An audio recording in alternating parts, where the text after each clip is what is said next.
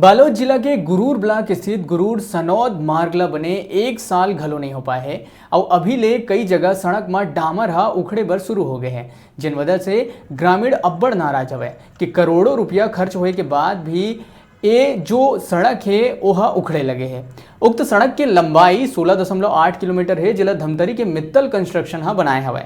राहगीर मन सड़क के गुणवत्ता में सवाल घलो उठावत है।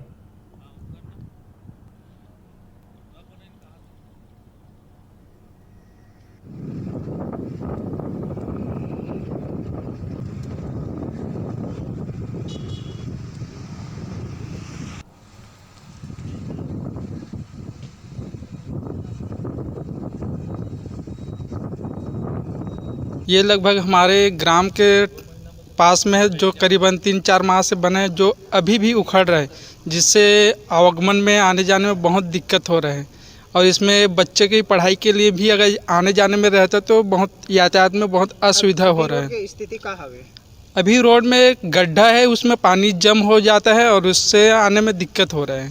का नाम बताओ। स्थिति रोड के ख़राब है, पूरा चले में बहुत कष्ट है।